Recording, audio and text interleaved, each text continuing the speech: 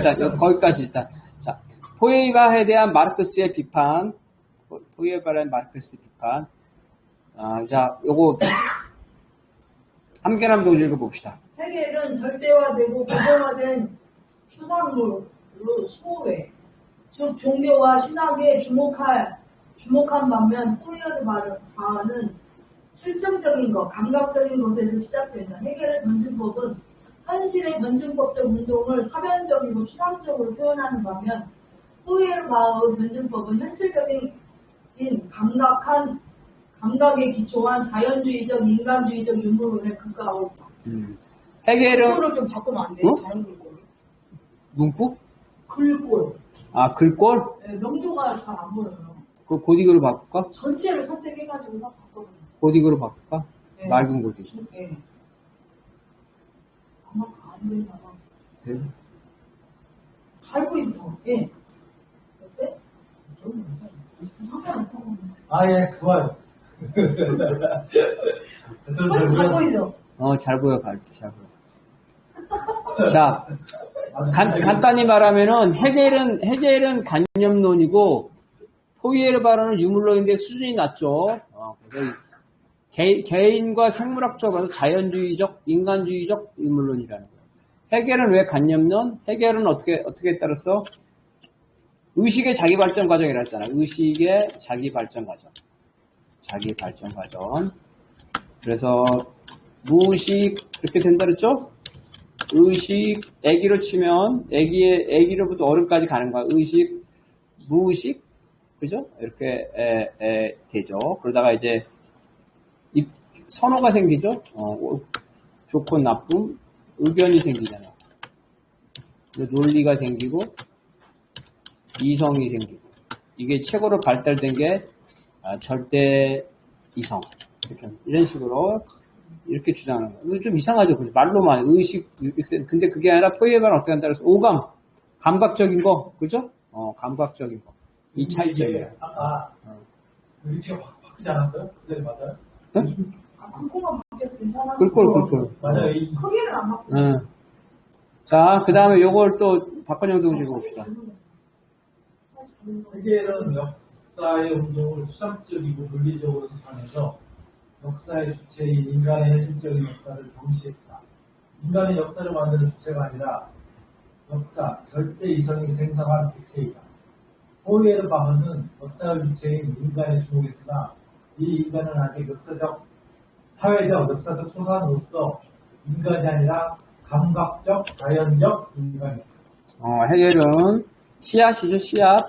씨앗이 어떻게 해요? 그죠? 열매를 맺을 때까지 이 발전 과정.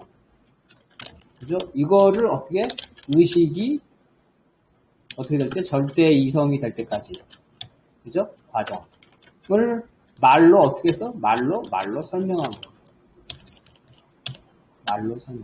여기는 생물학적인 게 하나도 없어. 자연과학적인 게 하나도 없어. 그래서 관념론이라는 거예요. 그리고 이러한 절대 이성은 자기 발전이야. 자기 발전. 그래서 이 사람의 의견은 어떻게 되냐면은, 역사는, 자,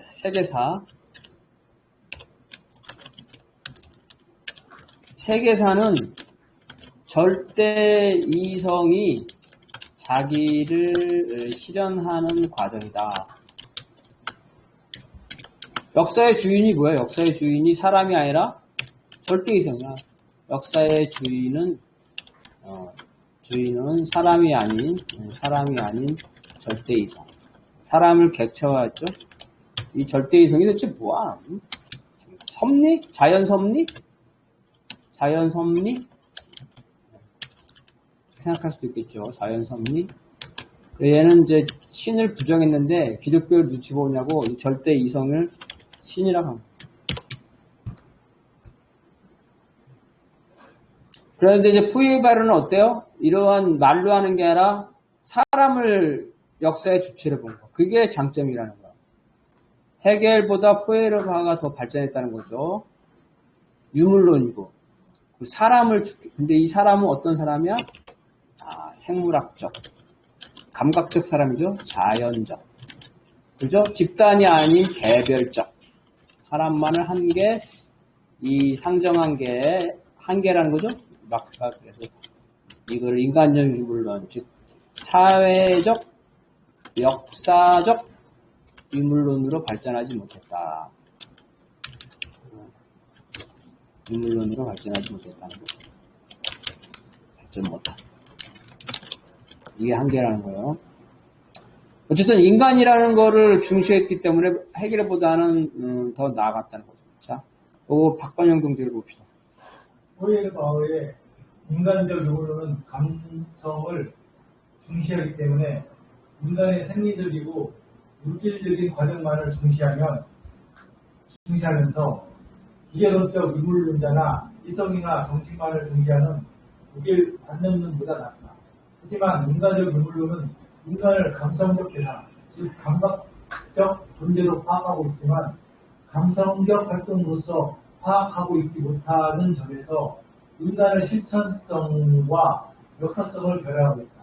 특히 인간이라는 추상물에 머무르고 있어서 일정한 물질적 생활 조건과 사회 관계 속에 존재하는 현실적인 인간을 파악하고 있지 못하다.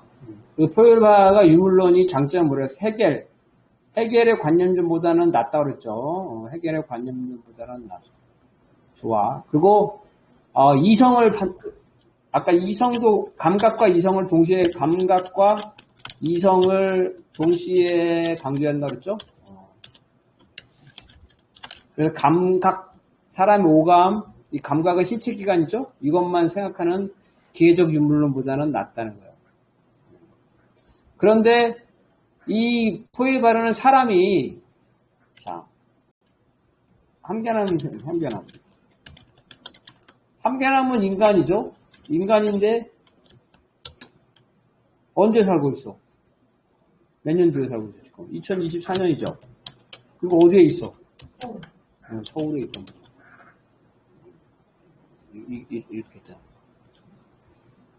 이게 중요해. 함께남은 인간이라는 거는 너무 당연한 거고, 어떤 인간이야? 2024년 역사적, 그리고 장소, 사회적, 서울에 살고 있어요.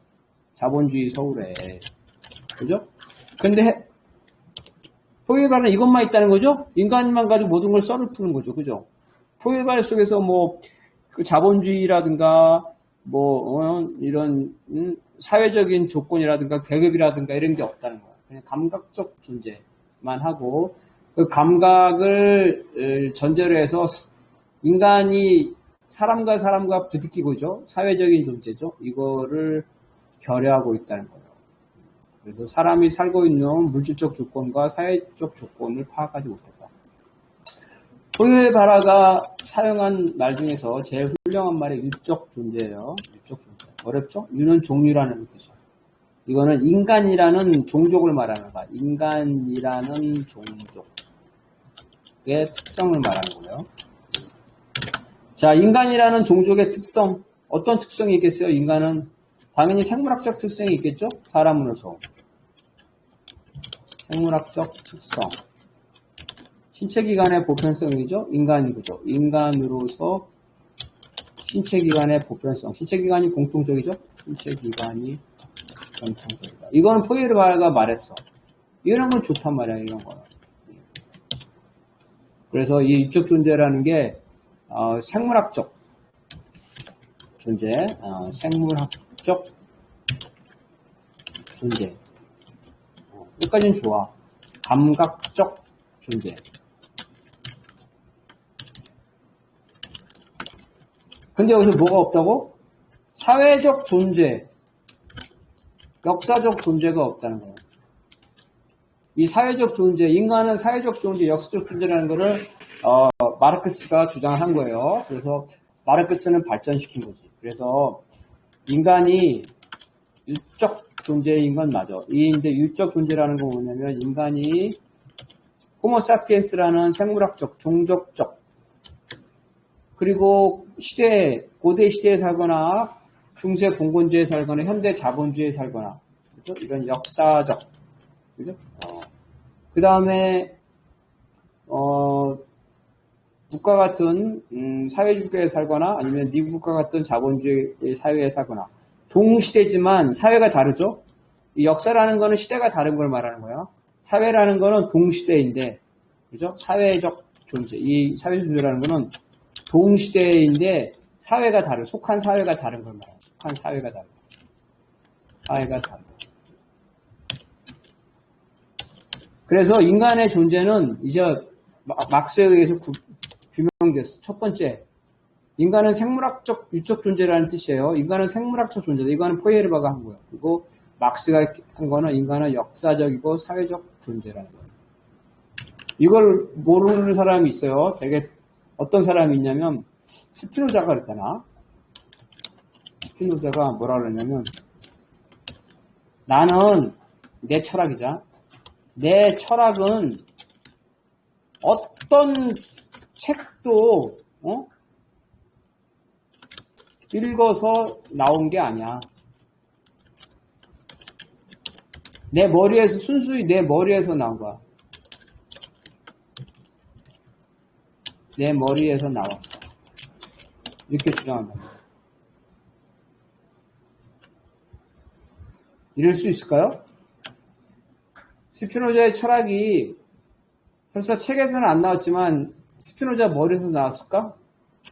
이 말조차 스피노자가 사용하는 언어조차 누구 거예요? 스피노자 거예요? 그럼 스피노자가 어디야? 어디 사람이더라?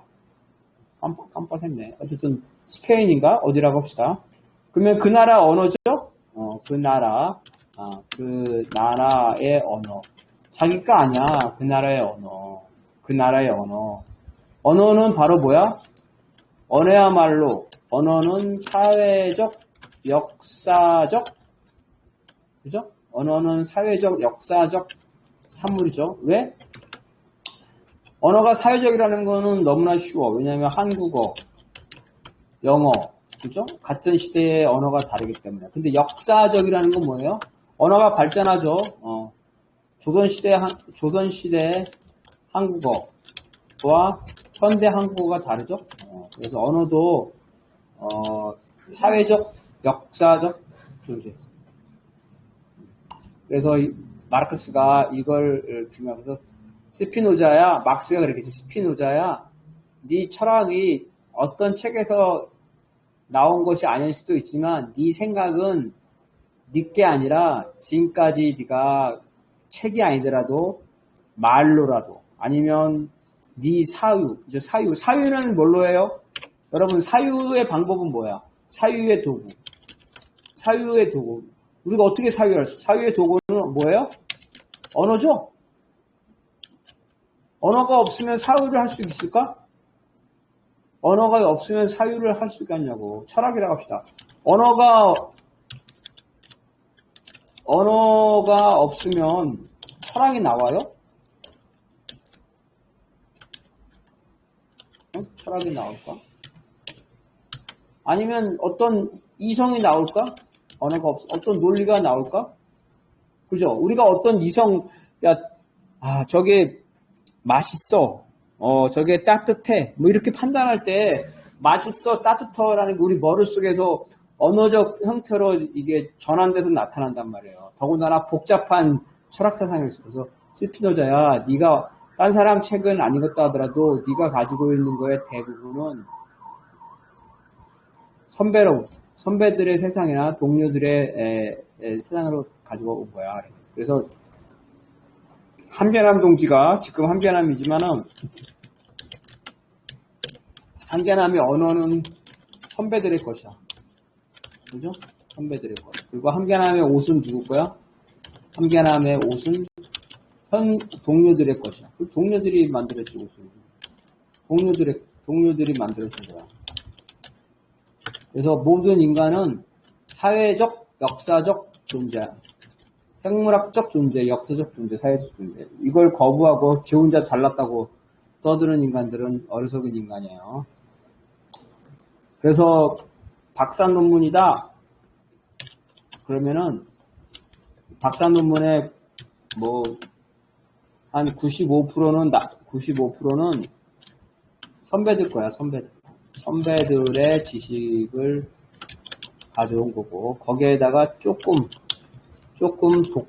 독창적인 생각을, 그죠? 생각을 보탠 거. 이게 박사님. 제일 어리석은 사람이, 야, 이 생각은 나밖에 생각 안 해. 이 생각은 나만, 그죠? 나만 갖고 있어.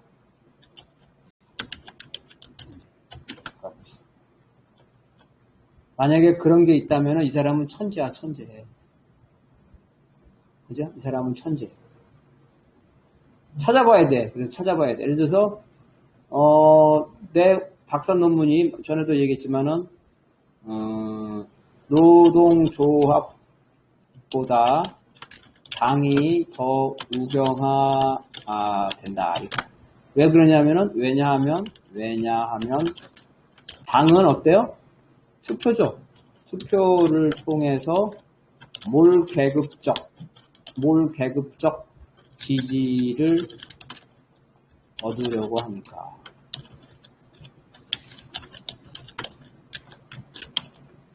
이런 생각이 되게 독창적인 생각이거든? 근데 이걸 다 찾아봐야 돼. 일단 논문을 찾아봐야 돼. 한국어 논문. 그 다음에 영어 논문도 찾아봐야 돼. 나 같은 경우는 불어하고 독어 논문도 찾아봤어요. 이 정도까지 찾아본 다음에, 야, 이런 말이 없으면, 그건 이제 독창적인 거야. 근데 어때 사람들이, 대부분의 사람들 있잖아. 자기가 잘난 척 하면서, 딴 사람이 자기가 같은 생각을 하고 있는지 안 했는지 검색을 안 해봐. 그러면서 자기가 발견했다고 생각하는 사람들이 태반이야. 학문적 훈련이 안 되는 사람들이 특히 그래요. 학문적 훈련이 안 되는 사람이 자기가 막 주관적인 글을 막 써. 그 다음에 이 생각은 나만이 생각하는 독창적이야. 나는 천재야 라고 생각하고 자기 혼자 자화자찬하는 경우가 많아요. 이거는 한계남 동생 읽어봅시다. 마르크스는 포이에르바흐에 관한 태제, 그 제6태제에서 포이에르바흐가 인간을 사회적 관계의 총체로서 인식하지 못하고 있다고 비판하였다. 포이에르바흐의 관점에서는 인간을 역사적 존재나 배급적 존재로서 이해할 수 없고 단지 사랑과 우정이라는 비역사적이고 추상적인 감성을 가진 존재로서만 이해하게 된다. 즉 유로서 인간의 본질적 측면을 인간 상호 간의 인간적이고 감성적인 사랑이나 우정에서 찾고 있다. 계속 반복적인 얘기니까 더 안 해도 이제 이해가 갔을 거예요. 무슨 말인지. 자, 사랑, 우정, 이런 거 얘기하는 사람 그러니까 어때요? 잘 들어야 돼, 잘. 사랑, 우정. 얼마나 좋은 말이야. 그죠? 근데 구체적인 조건, 역사적 조건, 추상적인 말로는 문제를 해결할 수 없죠. 인간은 어때? 인간이 사회적 관계의 총합이라는 건 뭐야? 종합이란 뭘 종합한다고 해서 인간이 생물학적 존재, 생물학적 존재, 사회적 존재, 역사적 존재의 총합이라는 거예요. 다양한 관점에서 인간을 봐야 된다는 거죠. 이거는 박관영 동지가 봅시다.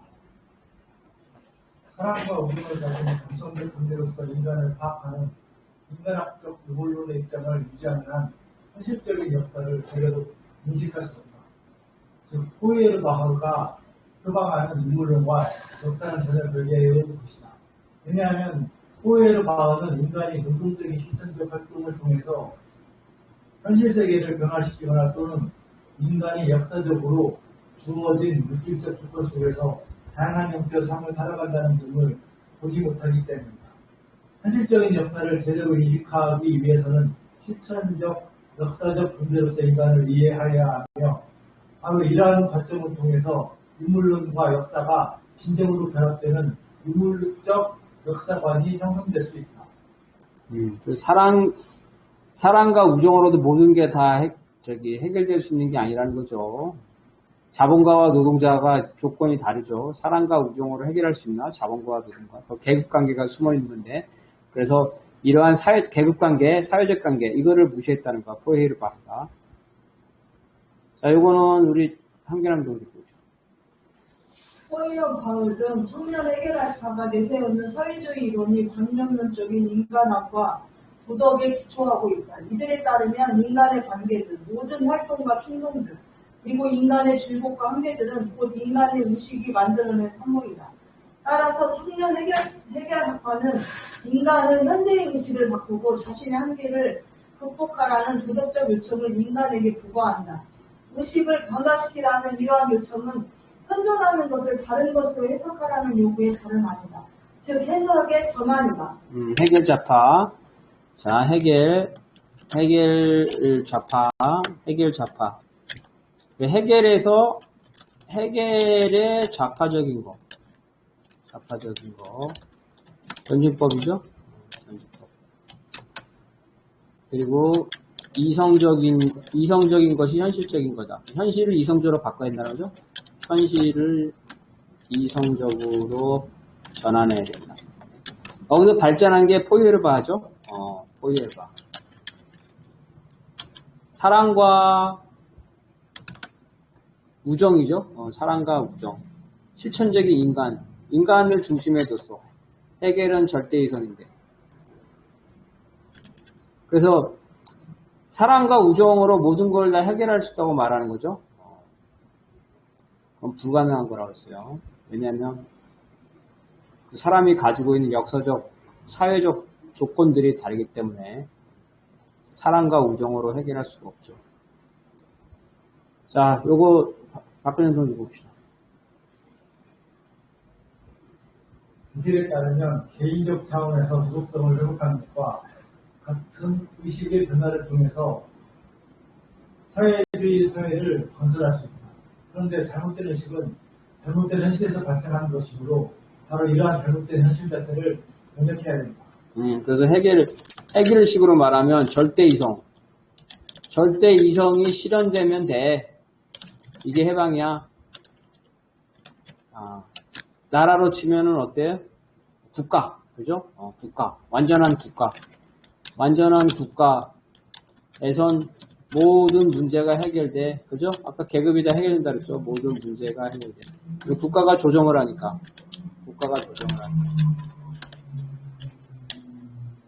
그리고 포이에르바르는 뭐예요? 우정과 사랑의 공동체. 우정과 사랑만 있으면 모든 게 해결이 돼. 종교랑 비슷하네. 사랑이 없어서 문제야. 사랑해라. 타인을 나와 같이 사랑해라. 그런데 이러한 추상적인 것 가지고는 문제를 해결할 수 없다는 거죠. 잘못된 의식은 잘못된 현실에서 발생한 것이므로 이러한 현실 자체를 변혁해야 돼요. 무슨 말이냐면 아니 사랑과 우정으로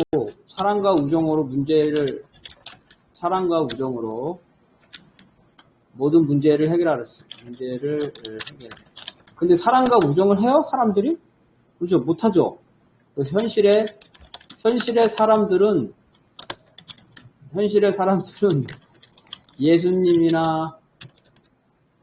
예수님이나 부처님이죠. 부처님 말씀처럼 사랑과 우정을 못해. 그죠? 그러니까 지금 이 현실세가 그렇지. 예수님, 부처님 말씀으로 모든 인간이 서로 사랑하고 우정 가졌으면 세상이 좋아지겠지. 이 못한단 말이야. 못한다. 그죠? 못한다.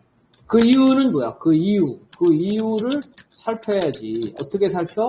역사와 사회를 분석해서. 이게 막스라는 거예요. 그죠? 그래서 사랑과 우정을 하도록 만들면 되지. 잘못된 현실. 왜 사랑과 우정을 못해? 계급 간의 갈등 때문에. 계급 대립 때문에. 그럼 어떻게 해야 돼? 계급 대립을 해소해야 되겠죠? 계급 대립을 해소해. 자본가와 노동자의 대립을 해소해야 되는 거죠. 자본가도 없고 노동자도 없는 세상을 만드는 거죠. 그게 이제 이 마르크스의 해결 방법이에요. 자, 이거는 우리 박관현 동지로 봅시다. 포이에르 바흐는 인간적인 요소가 충족된 사회를 공산주의 사회로 보입니다. 포이에르 바흐는 역사적이고 물질적인 조건 속에 있는 인간을 이해하지 못하고 있다. 포이에르 바흐는 인간을 역사적이고 실천적인 존재로 보지 못하고 단지 감각적인 존재로 인식하는 데 그치고 있다.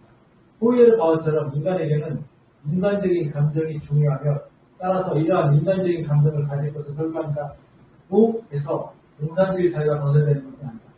호헤르바흐의 공산주의는 현실성과 시초성을 결합하고 네. 그 똑같은 얘기죠. 사랑과 우정이 있으면 공산주의가 된다는데, 사랑과 우정을 왜 못하는지를 알려면 현실 세계를 분석해야 돼. 그걸 안 한다는 거예요. 자, 요것도 박헌영 동지가 마지막 읽어봅시다.